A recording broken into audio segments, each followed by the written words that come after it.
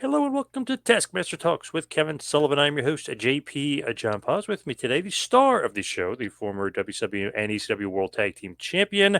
He is, of course, one of the greatest minds and bookers ever in the history of the business. The man behind the 83 weeks of dominance, the Games Master, the Taskmaster, the Devil himself, Mr. Kevin Sullivan. Kevin, how you doing today, sir? Wonderful, JP. How are you, my friend? Doing good. That's an awesome shirt you got on over there. Championship Yeah, Wrestling from it's, Florida shirt. Nice. CCW has the copyright to it, and they're going to be opening the territory back up in Florida.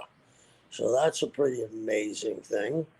And I told you, they have a very, very tight program, and they're doing excellent, and the t shirts are out, and uh, you can go to CCW, the link, and pick up a T-shirt. Really nice looking. They did a good job. When you look at the landscape of things and just in Florida wrestling, I mean, that's kind of a big thing bringing back the Championship Wrestling in Florida, at least, in part because that's the history right there. Yeah, I mean, I think people that were involved in championship wrestling from Florida back in the day, and I think there's a big nostalgia thing of championship wrestling from Florida. You know, the YouTube. I mean, they get all kinds of tape on stuff. I went to CCW. I went to a seminar they had, and I was sitting in Emilio's office, and there's a company called 106 North Albany. That was the address of the original auditorium there in Tampa. And they had a series of continuous, there was one 6 hours. It was like from the highlights of 81 to 83. So I guess there's still, it's like anything else. We're in a big nostalgia craze, JP, don't you think? Big time, yeah. Yep. And think about this. As great as Steve Austin is, he was out of the business for 19 years. Didn't work, right? And he came back, a big fanfare. I mean, people last year bought uh, WrestleMania, maybe not just for him, but he was certainly a big influence, right? In their buy rate. Yep. Could you do that in any other sport? No. No. No. I mean, so there's, they always, excuse me, they always bring somebody back, and the nostalgia thing is huge. So, and now with the YouTube and everything going on, I mean, people career has been extended to an indefinite time. So I'm glad to see that all of this. It's a great to be a wrestling fan this time. At this time, It's funny though, like as far as like, hey, we got to build new stars and we want new guys.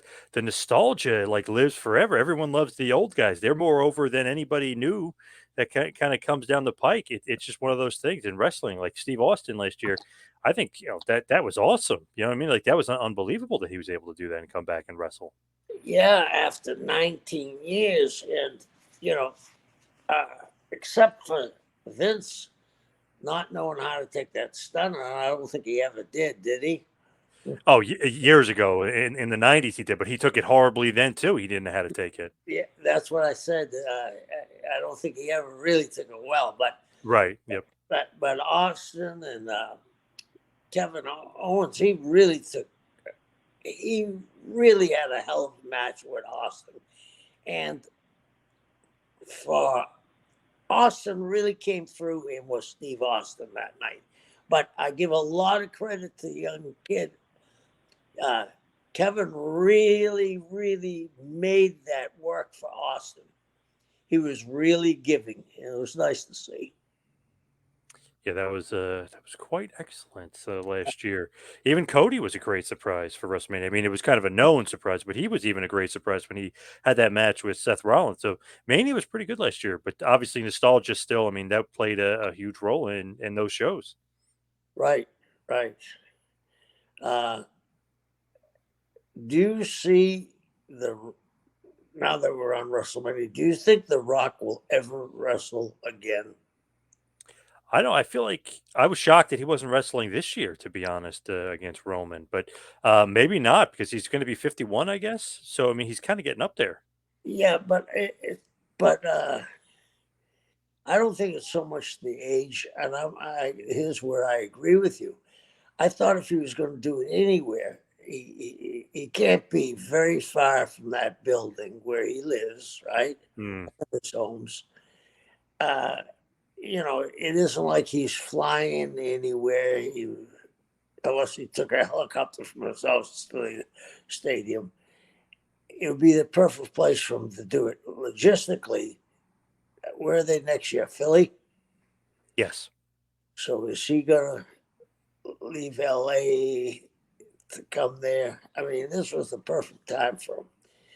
But we can never say never, right? So who knows? Perfect storyline with Roman. I don't know if he necessarily needs to be champion or not, but literally, he's saying he's the tribal chief. Alpha and Sika literally put the lay on him and christened him the tribal chief. And you got The Rock over here, who's a bigger star, bigger name, one of the biggest stars, everything. Going, wait a second, I'm the tribal chief of the family. You know what I mean? It's just a built-in, easy Yeah, storyline would be perfect for those two, and then they can kind of go face to face and see who the family really decides, who the family really loves. Like even Tamina Snuka, oh, I love The Rock, but what about Roman? Then you could throw in everybody else in the family, the Usos. Which side would they be on? Solo, what side would he be on? yeah. And the other thing, Rock's grandfather was the tribal chief. You know what I Yeah. mean? He was Yes. the high chief. Yes. I mean, I've done some research on the lineage of being a high chief. There's four great Samoan families, that were royal families, and Peter's family is one of them. So it's very interesting, their culture and everything else. And we talked about this before. Really disconnected how many uh, Polynesians play pro football, from a place that has very few people that come from there. Do you know what I mean? Yep. Some of the greatest football players, Junior Seau, the guy from Pittsburgh with the long hair, what was his name? Troy Paul, Polamalu. yeah, yeah, Polynamo. Uh, they have a great, and they're great rugby players too. You know what I mean? Yep, for sure. Yeah, But that would be just so cool or so interesting just to yeah, see who is the tribal chief. I mean, just to build it. That's why I thought it was going to be this year's WrestleMania. I mean, that would have been off the charts. I mean, The Rock, I guess, is too busy, couldn't do it, or whatever, the excuse was, couldn't get in shape or whatever they said. Probably not true. He's probably too busy. But that would just perfect storyline. It's built in. right, right. Would you, and we've discussed this a million times, though, would you keep the title on Roman right now? I don't know. I wouldn't take it off him, I don't think. I mean, this is, we all have an opinion, but I mean, it's like I keep on telling you about my boat. If it wasn't broke, don't fix it. I mean, Yep. they've put this storyline together terrifically. And he's come out there, they've come out there, when I say he, Hunter's come out there with Dustin, Sammy, Kevin, and Jay that could wrestle Roman, and he's got an opponent there, and all would draw against him. Do you I can't see beating Roman right now. He's got all these other guys get up there he could work with. I mean, they could have some, and the storyline was done so well. I don't think I'd take the belt off of him. No disrespect for any of them, but Roman's done a hell of a job, and it's like deja vu again. With remember when they booed The Rock out of the building? Rocky sucks, Oh, yeah. and they did that to Roman, right? Roman die. I was Yep. watching something on the WWE channel. He got booed out of the building too, and they both overcame it and became huge stars. So I don't know if I'd upset the apple cart right now. With like booking guys like that, like Roman, and he's so hot, he's such a great star. Have you ever had that problem before with booking where it's like, I can't beat him right now? And like, have that dilemma of should he win, should he lose? Maybe it's a good problem to have, but have you ever had that problem? Yeah, because but I don't think it's a problem. It's a wonderful thing that it's like you got too much talent, working for you. I mean, think about Bill Goldberg. You know what I mean? When when they beat Goldberg, I don't think it was because they beat him. It was the way they beat him that took a little luster off of Bill. But I mean, when you got a guy like Roman and the peripheral players around him, Paul Heyman. I mean, I go through, because Peacock can stop and start and go through the whole thing and rewind and all that. Their facial expressions are fabulous. Paul's facial expression is fabulous. Sammy, to me, this is a guy that was uh, in a Jackass match last year, right? Yes. Look at how far he's come in his entrance with his facial expressions, and when he takes a bump. You ever notice that he doesn't take a flat back bump? He takes a bump like you would do in boxing when you Wow. go. Never even noticed it. No. Yeah. That's the other thing about wrestling. Everybody takes a flat back bump. Guys that are great sellers don't always take a flat back bump. I watched Sammy's stuff the other day, and it hit me right away that he just doesn't take a flat bump, especially when he goes down on his side like a boxer would when he gets knocked out. They're all of them together that are involved in this, the people I mentioned, the baby faces and the heels. I don't know if I'm going to say I've never seen this many guys be so cohesive and so good together. I think this is the strongest. Everybody that comes in contact with this angle raises their game.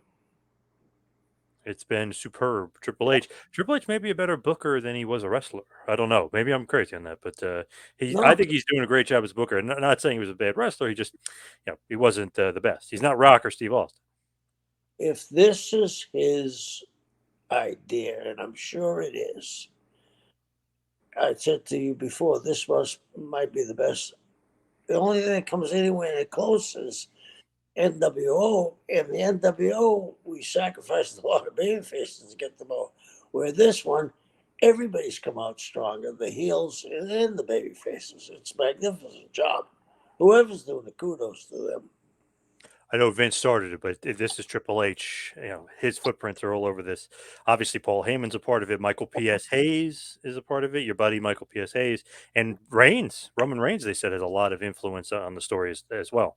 I heard that too. I heard that Paul E was talking to some reporter and said that Roman's very creative. I could see that. He comes across very articulate. He's really come a long way since the era they were hoping that he would die, and he's got something. They all do. This is just to me the best angle I've ever seen. All right, so let's talk about the topic at hand. Starrcade 91 in the Tokyo Dome, aka the WCW New Japan Super Show #1. So, really, this was a pay per view in the US months later, really more towards April or so, but it actually aired in Japan and that would be on March 21st, 1991. It was in Tokyo, Japan, of course, at the Tokyo Dome. The attendance was 64,500. So a huge sellout crowd in the Tokyo Dome for this one. Obviously, the New Japan WCW relationship here was pretty strong. Dusty's back in the fold. You're actually back in the fold as well. Were you back here in 1991 because of Dusty? Probably. I mean, yeah, that's when there was. Eric called me too. Let me see if I got my timeline right. Wasn't this the Shockmaster time? Shockmaster. When did he debut? He was a little bit later. He was a little bit after this. Okay, He was more towards 93 ish. then it was Dusty brought me back.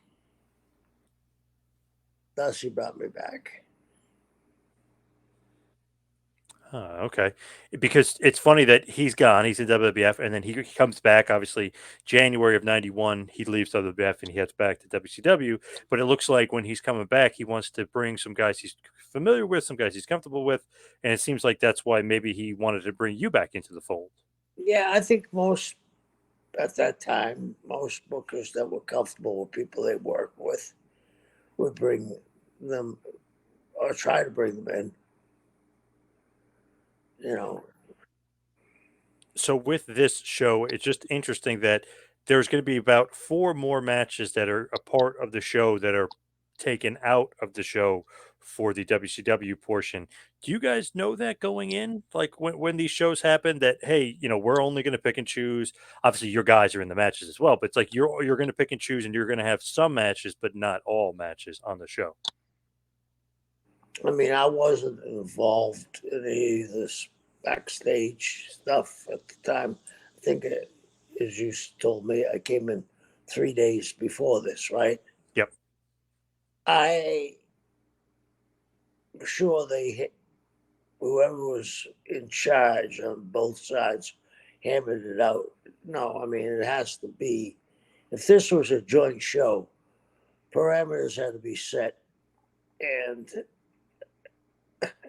I would like to see some discussions on that. You know what I mean? Somebody on these joint show, this is one of those things that you go in there with the best intentions. Both people do, but for two huge companies to work together can be a little difficult. You know what I'm saying? Yes. And you got to be, and obviously something happened because we didn't have another one of these for quite a while, did we? No, you had one in 92 a year later and then 93 a year later and then they stopped. Okay, so it built up to something went wrong, right? Or maybe it didn't. Maybe it was only a 3-year trial basis and both parted mutually satisfied or dissatisfied. But yeah, it's very hard because how do you get your guys over losing? Do you know what I mean? Because you got to start doing favors for one another. You got to be very creative when you're doing that. So I'll be interested when we run down this card. When you look at that though, it's almost like okay, the bookers or the guys that are part of the committee for WCW and New Japan kind of have to agree on certain things and agree on certain finishes. Could that be difficult, or is it almost like tit for tat? Okay, your guy's going over here, my guy's going over here, or how does that work? Well, it's going to be difficult. First of all, uh, just how the finish is performed. One is somebody slips over. Do you know what I mean? Yep. Double crash. One guy falls on top of the other. Yep. That's not like losing to Goldberg's jackhammer. You know what I mean? Right. Yep. So it gets to be quite tricky. Because there's a great story that Sting actually tells about Great Muta and him, and he loves Muta. It's one of his favorite opponents. He loves him. He literally just tagged with him a month ago in Japan for one of Muta's last matches. So, I mean, obviously the respect levels there, and they still get along to this day. But it's funny. Dusty told Sting, like, "Hey, this is happening in this match. Like, you're going over." So they get to Japan. They get to the back. And Sting goes, "All right, what are we doing for the finish here, Muta?" And Muta goes, we'll do the moonsault." Like, and Sting goes, "No, I'm going over." And Muta goes, "No, you're not. I am." Like the miscommunication, and Sting had no problem. He goes, "All right." He goes, "If that's what they want." So then he went to Dusty, and he goes, "Dusty, I thought I was going over. Either I'm confused or Muta's confused." He goes, "No, he's going over, Daddy." So it's like even when you get there, it can be changed because of the relationship, or like depending on what New Japan wants, I guess. You don't think that Steve, I don't think that Steve didn't hear before he went over what they told him that he was going over. Steve wouldn't make a mistake like that. No, they told him. Yeah, he said Dusty told him. Yeah. That he was going over. Yes. Yep. But they knew he wasn't. Yes. So when he got there, but Sting said he didn't care either way. He dropped Yeah. Muta a bunch, like he didn't care. But it's one of the things where he was just like taken off guard because Muta told him flat out in the back. He said Muta was smoking a cigarette. He was doing a great Muta impersonation. Muta was smoking a cigarette, and he goes, "We're only going to go this amount of time." He goes, "You work too fast for me sometimes. I want to slow it down." Just kind of telling Sting what's going on. So Sting's like, "All right, well, whatever you want to do." And he goes, "But what should we do for the finish?" And then he said the moonsault, and Sting was like confused, thinking that he was going over, and Muta was going over. You know, and Steve's the kind of guy that's such a professional. He really didn't care, and him Right. and Muta are friends, so it wouldn't matter. But can't we just be straight up all the time? You know what I mean? Right. And we'll get into the main event too, because the main event has a bit of a dusty finish, but a bit of a confusion as well. Before we get into the actual WCW card, I'll just mention the 4 dark matches. So there's 11 matches in the card, but technically only 7 for the WCW side for the Super Show when they actually air it. But so I'll do the whole card of just the dark matches at first. Yeah. So the first match was Animal, Hamaguchi, Kimura, Keto, and Hoshino defeating Super Strong Machine, Hiro Saito, Goto, and Hanaga in an 8-man tag match, and it went 10 minutes and 12 seconds. So that was just basically all the New Japan guys. Then there's another match. It's actually the third match on the card, but really the second dark match. Scott Norton defeats the Equalizer, aka David Sullivan, and that match goes about 2 minutes and 30 seconds. Interesting to note, Norton's not really part of WCW at this point, but the Equalizer is, and it's almost just like a squash match for Norton here, but it's almost just for the Tokyo Dome crowd, just for the Japanese. So that's their guy, Norton. He's not the WCW guy at this point. Yeah. So then they have Big Van Vader. It's technically the 8th match of the night, but it's the third dark match. Big Van Vader and Crusher, Bam Bam Bigelow defeat Doom, Ron Simmons, and Butch Reed in about 13 minutes. That's one of the things where Vader's not technically a part of WCW yet. Obviously, Bam Bam's not. Doom is, and Doom ends up taking the loss. Do you think that they just don't want their guys losing on the show to guys that aren't technically in the company yet? Really? I mean, Vader's kind of going to be there very soon, but is that the reasoning behind some of that? Not showing it? Vader took the fall, didn't he? No, him and Bam Bam get the win over Doom. Yeah, but I mean, Vader. Okay, I got the win. Yes, yes, Vader got the win. yeah, Vader was being pushed very hard, right? yep. And this had to be before the Hanson Vader match, right? No, this is after that. Okay. Okay. So Vader was their guy at this time, just about, right? Was anybody over for New Japan more than Vader? I don't think so, right? No, he's their guy. He Yeah. did technically debut uh, versus Hanson, but that was the month before this, and they had that double DQ at Wrestle War '91. So that was kind of like his big coming out party for WCW. But he was really a part of New Japan at this point. Yeah. So I mean, there's negotiations, and he's definitely coming in because he really starts being used in April of that year, and kind of going forward, he's basically going to be there full time. And Yeah. still doing New Japan, but I mean, he's basically a full time guy for WCW in April of '91 before having the match in February, the month before, with Hansen. Okay. I mean, so they were gonna protect their investment now that they've got an investment with New Japan, correct? I mean, Yep, yep, so they're showing them, hey, we're going to make sure we take care of him because we understand you may be using him when he's going to be working for us. yep. They want to give up they don't want to rock the boat just for a finish. You know what I Yep. mean? Yep. Just want to note though, because I was figuring this, Vader actually debuted in 1990 for WCW. I remember he beat the Z-Man. He beat the Z-Man at Great American Bash. So he was kind of being used. He wasn't officially a part of like the roster as of yet because he was still New Japan's guy.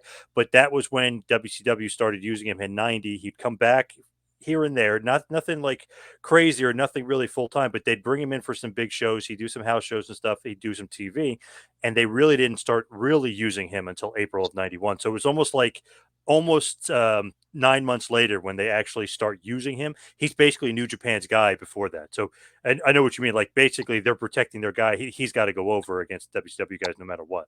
Yeah, and it sends a good message, don't you think, to New Japan too? This is we're going to protect our mutual investment. Yep. Yeah, yeah, You could trust us. Yep. yeah. Yep.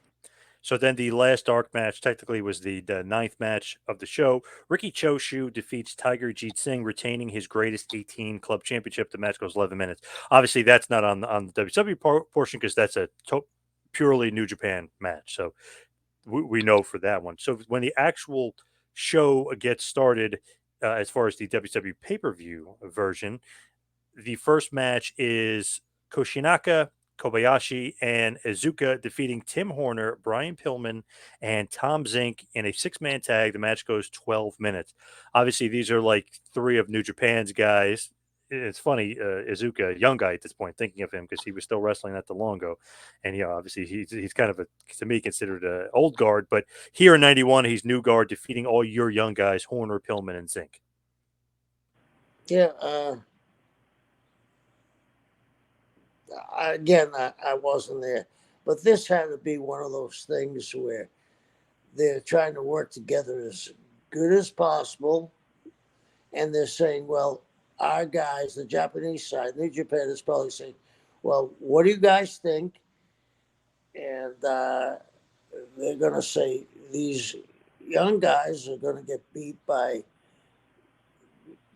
WCW is going to say the young guys are going to get beat by the older generation, correct? And Yep. then the New Japan's going to say, well, yeah, because these guys are on their way out and they're still drawing money, and we'll make sure we take care of the young guys on the next shows coming up. So, yeah, it was one of those things I could think that I'm thinking is they're both coming up with reasons why are we beating the young boys? Well, we're beating the young boys because in the long range, they're going to have a hell of a match. Come on out of this match with our veterans looking really good, even though they lost, and their time's coming. Good thinking, I think. And pretty good match for the most part. It was a pretty good match. It's just interesting to like when you kind of look at the card. It's like, are they going to do like make it even, if you will?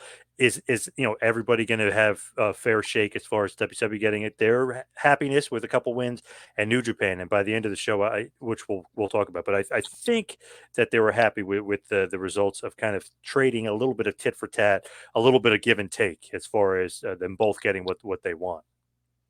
Yeah, I mean, I think this is the first time they've done this, correct?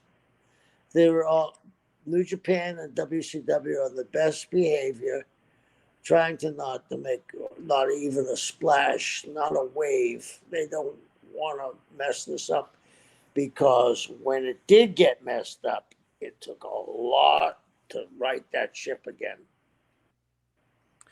The next matchup is basically an IWGP Junior Heavyweight Championship match. It's New Japan versus New Japan, but Liger was being used by WCW too. So, I mean, you can kind of consider him both a little bit. So Liger retains his IWGP Junior Heavyweight Championship over Akira Nogami. The match goes about 16 minutes.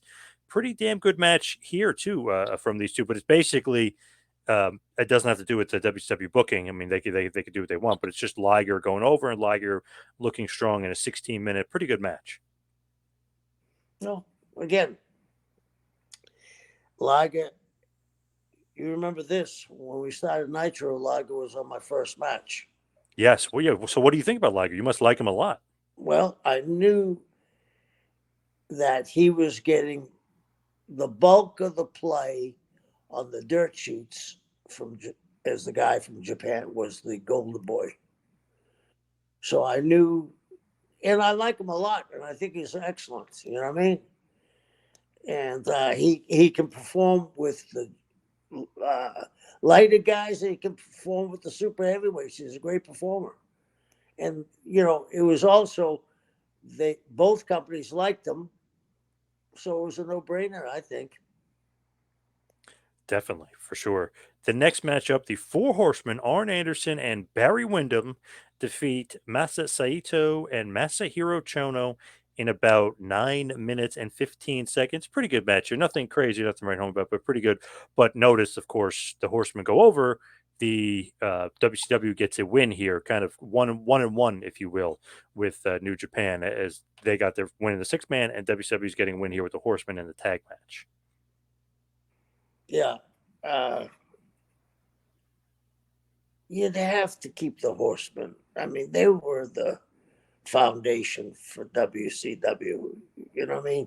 You can't, on a big show, in my line of thinking, you can't beat these guys.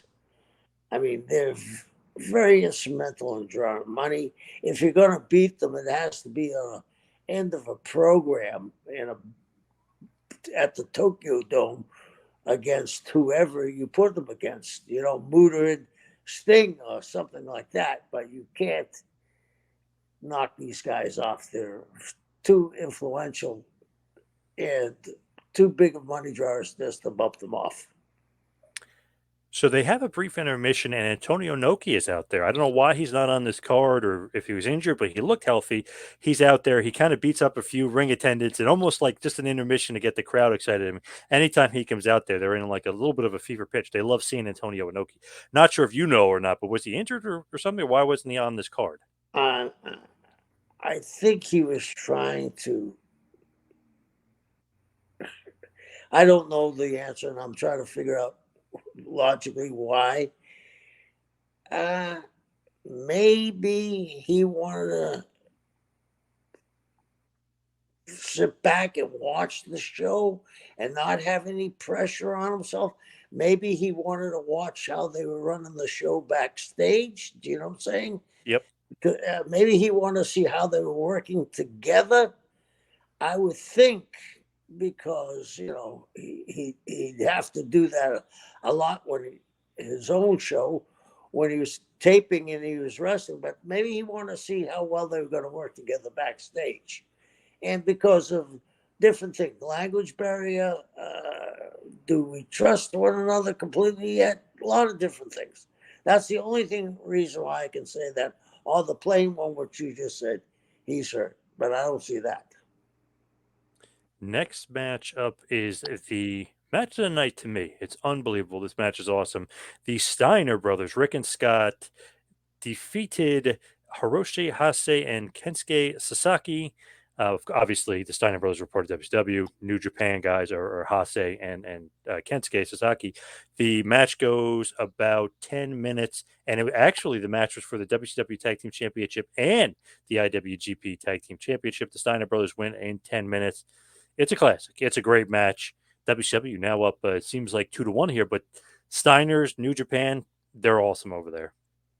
Yeah, and they had contracts with New Japan even when they were with WCW. Yeah, oh yeah, yep. Yeah, so it wasn't like Actually, they were for both companies, so them going over didn't affect either company. Do you know what I Right. mean? Right, because they were used on both. Yeah, Yeah, for sure. yeah, yeah. And it was a good thing to put the both belts on them too. Yeah. Yeah. They're arguably the greatest tag team of all time. It just works. It makes perfect sense.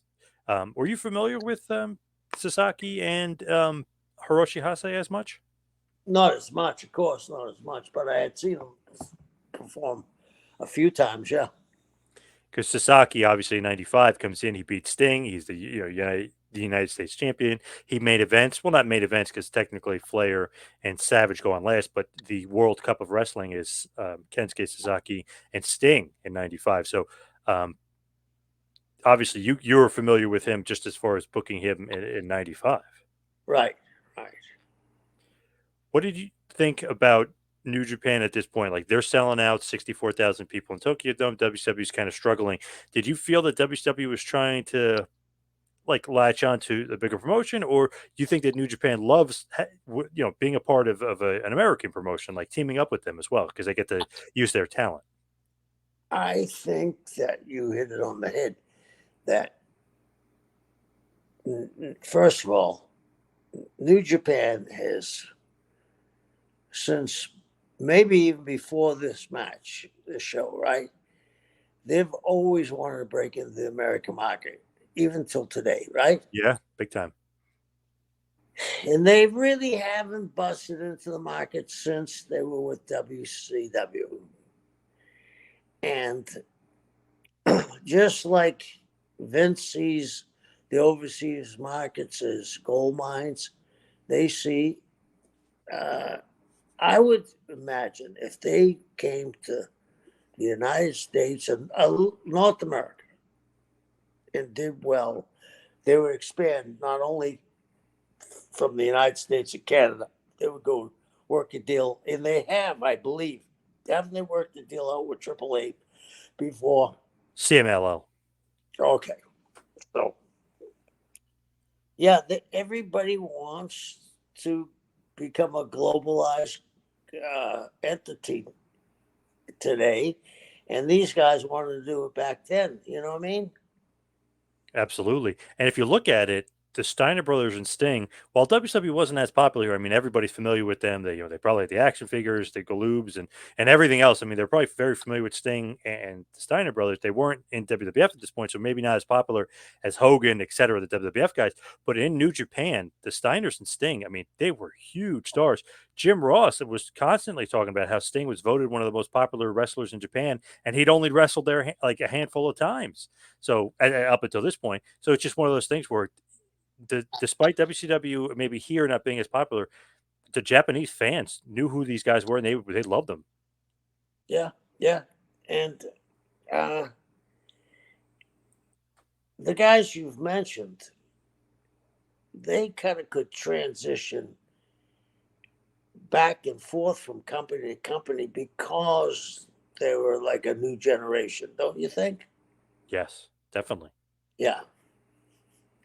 So the next matchup is probably your favorite wrestler of all time, Elegante, defeating the Big Cat, Curtis Hughes by submission in about 2 minutes and 15 seconds here.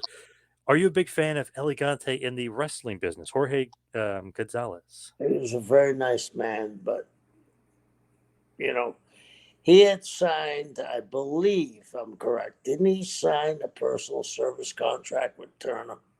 For the Hawks, yeah, and they never used him, so he was signed to Turner. Yep. Yeah, so he had to be paid. Yes. So They had to use him, yeah, to do something, yeah. yeah, so Ted was trying to do something, get some kind of return on his money, but I don't think it helped. And he was sickly too. You know what I mean? Yeah, he had bad diabetes, right? Yeah, he actually died from it, I believe. Yeah. I forget what year he died, but yeah, it was like obviously way too young. I think he was in his 40s, way too young, I Yeah, think. I don't even, if someone tells me it was like 41 or very young to die. Only 44. Yep. Okay. Only 44 years old. Yeah, way too young. Yeah. Jeez. When you look at it, do you like him in the business though because he's got such a unique look? He's 7 foot tall, or it just doesn't work because he can't really do anything in the wrestling business? You know, he was very awkward. That's why he didn't make it in the basketball. You know what I mean? He was not uh, a traditional athlete. He, I think he made it because they found this guy, and where was he from? Argentina. Yeah, but it was a remote place in Argentina. Yep. So they pulled up, the old proverbial story where they're out in the country and there's a guy pulling the plow. You know, Yeah. Yeah. Who is this big monster? yeah. Yeah. Yep. So I think that's how he got his start, and you know, they were hoping that he could play, but he was not suited for it. So the big cat Curtis Hughes here, I mean, obviously before the Mister Hughes gimmick, before he gets good footing in the business, has to take the 2 minute loss to make Elegante look like a monster here. It's just funny. It's like, yeah, I don't know if this guy's going to work out. I know he had a match against Flair on TV too. It's just, I don't know. It's That's when he was saying, "I want the belt," right? yeah, yeah, Very difficult position to be in because you got to use the guy, yep. and it's the boss's money that's getting used. So very difficult. It was a difficult position for anybody to be in. It's funny that if like think about it, it's like okay, it's probably terrible. It actually wasn't as bad as like you would think it was because it's only 2 minutes. It's basically just a squash for Elegante, and he uses the Iron Claw basically for the win. Wasn't terrible for what it was. I don't know because maybe the Japanese just love those freak shows. That maybe that's why it came off as not as bad. Yeah, come on, they gave us Godzilla, right? Yeah, yep. They love those freak shows over there. It's crazy. Yeah, yeah, Man, just funny looking at Japan and just like what they're like into and who can get over with that crowd. Like Giant Silva's over there. There was this MMA fighter named Zulu Zeno who's just like this gigantic, huge guy. It's just man, weird. The Japanese they love like freak show fights and freak shows in wrestling. yeah. I mean, it's like Bob Sapp. You know what I mean? Like Yeah. you said, Yep. any kind of Yep. anything out of the norm, anything out of the norm. So the next matchup is a good one. Probably, I don't know, maybe the second best match on the show. I put the Steiner Bros maybe match first, but awesome match here. The Great Muta, who we mentioned before, defeats the Stinger in about 13 minutes. He kind of cheats as Sting goes for a big Stinger splash in the corner. Muta sprays him with the mist. Really, really cool spot. If anybody's ever seen it, like basically Sting is in midair about to jump on him, and the mist you could see sprays him great green mist, sprays him right in the face as he's about to jump down, moves out of the way. Sting falls over. Muta hits him with the moonsault, and it's over. Muta gets the win. But cool finish and a really good match here with Sting and Great Muta. I saw a picture of that what you just described, where Sting was in the air and the mist is coming out, and the picture was in black and white. It was terrific. Oh, it's awesome. It's like the perfect timing of Muta. The just I don't know, just the way he went about it was just perfect, and then he nailed him with it. Do you like the Stinger losing on such a big show like this? I know it's to Muta, but do you like Sting losing? Uh, it's like Andre and Hogan. Someone's got to lose, and you're in Muta's home country. Yep. Muta is still over there. You know what I mean? He was a huge star. It didn't hurt Sting to lose in Japan to Muta. You know. Yep. Really good match from those two, and obviously maybe Sting thought he was going over at one point, but alas, he was not. Muta was getting the win. After the match, Sting gets his revenge on Muta and puts him in the Scorpion Deathlock, maybe just to keep him strong. You think that's just a reason, and he's kind of getting Muta back for cheating in the match?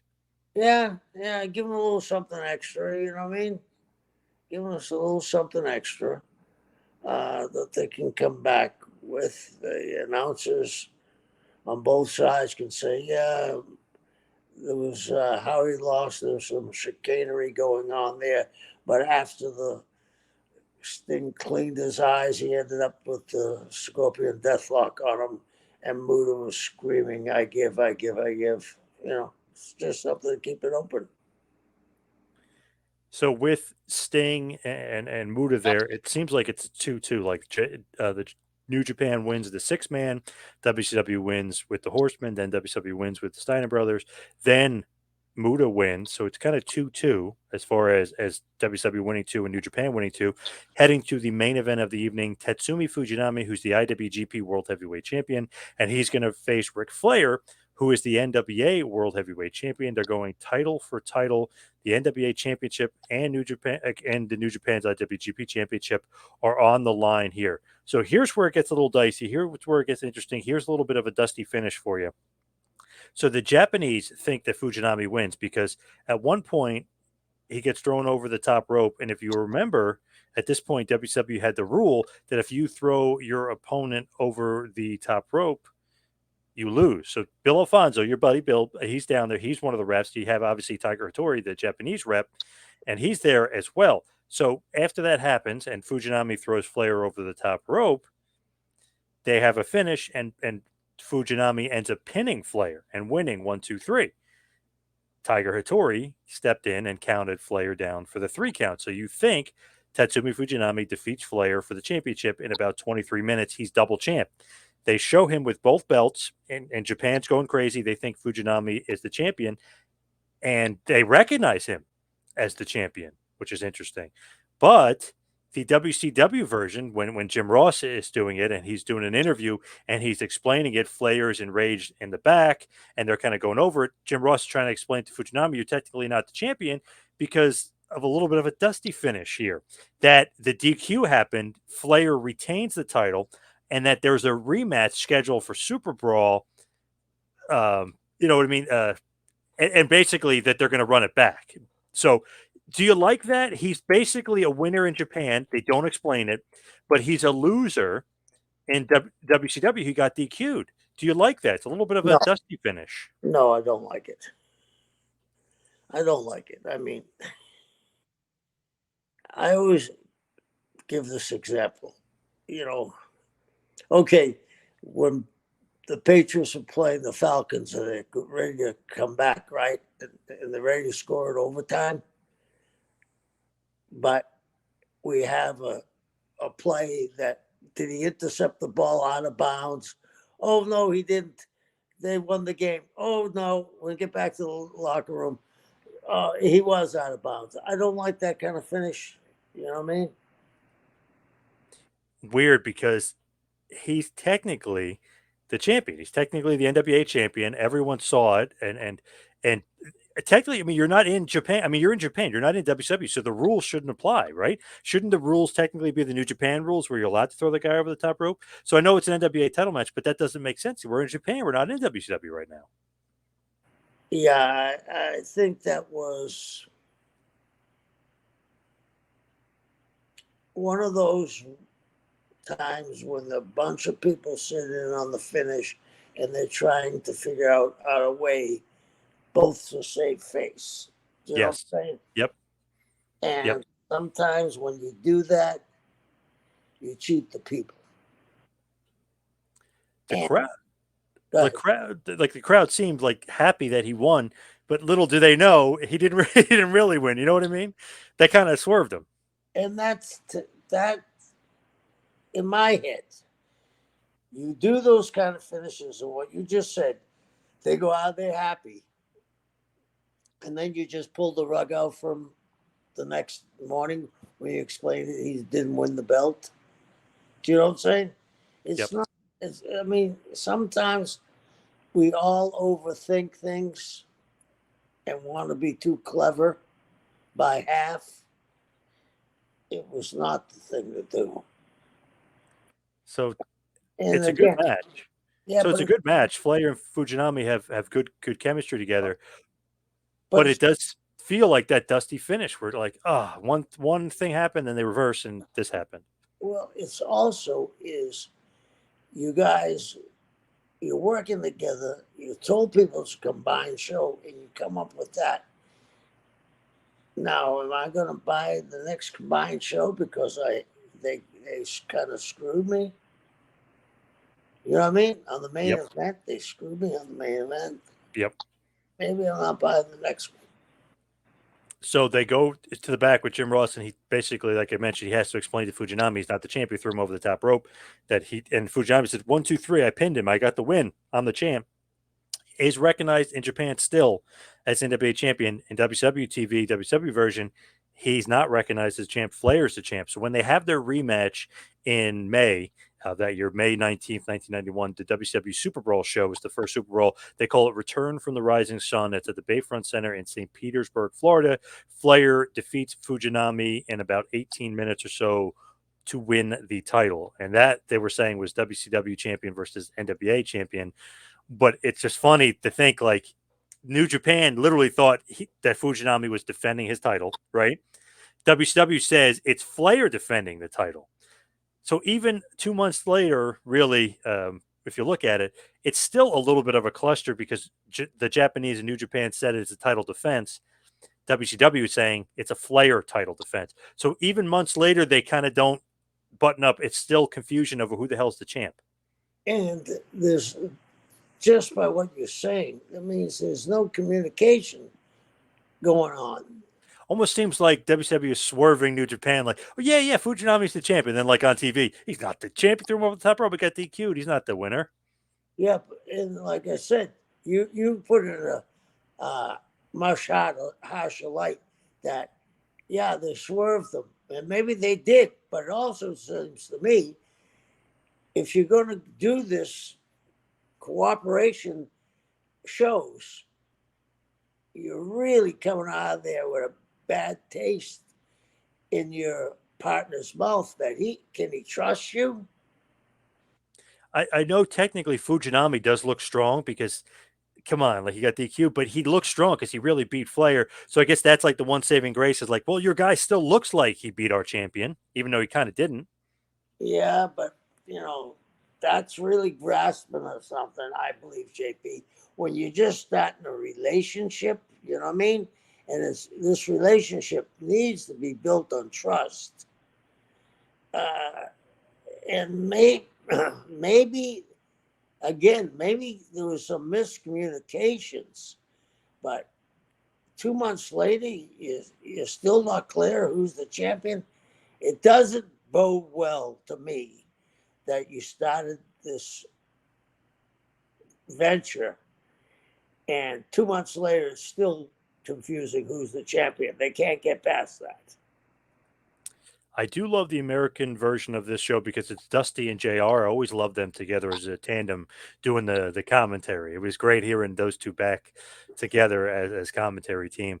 But as Jim Ross explains, Ric Flair is still the NWA champion despite the Japanese thinking that Fujinami is. So it's a little bit of a confusion, a little bit of a cluster to end what I thought was a pretty good show.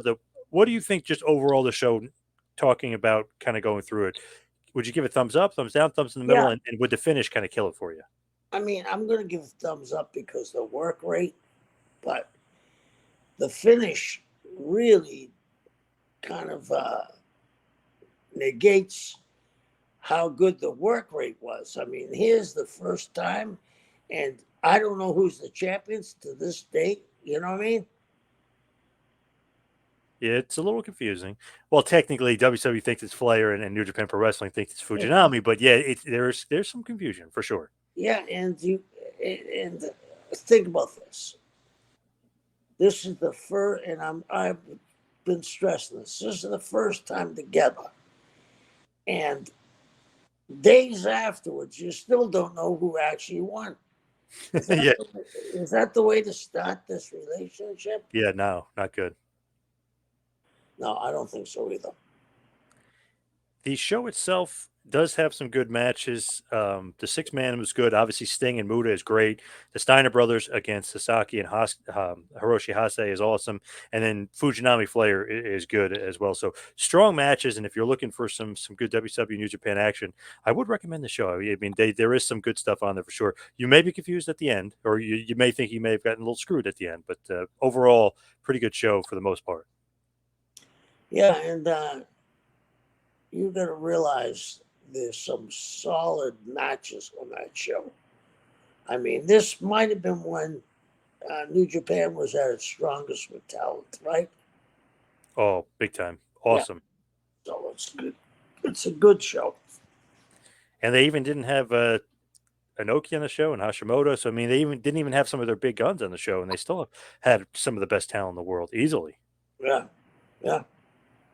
All right, so let's hit the plugs. You can follow me on Twitter and Instagram at Two Man Power Trip. Check out the website tmptempire.com. You can follow Kevin on Instagram at Taskmaster Talks. Kevin, what else do you got going on in this crazy world? This Saturday, I'll be down signing autographs in Homestead for CCW.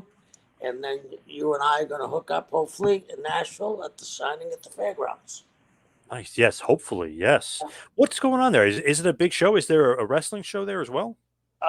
Yeah, there's a wrestling show, but it's one of those mixed venues where they have like people from Star Wars, old TV shows, Oh, cool. uh, Nice. athletes, you know, like very similar to the big event in New York. Right, right. Like Chiller Theater as well when they bring Yes. in all those guys. Yeah, Yeah, that's pretty cool. yeah, Nice. yeah, Nice. Very cool. All yeah. right. Thank you, everybody out there, for listening. Thank you to Kevin. We'll be right back here next week for a little Taskmaster Talks with Kevin Sullivan. We'll see you next week, folks.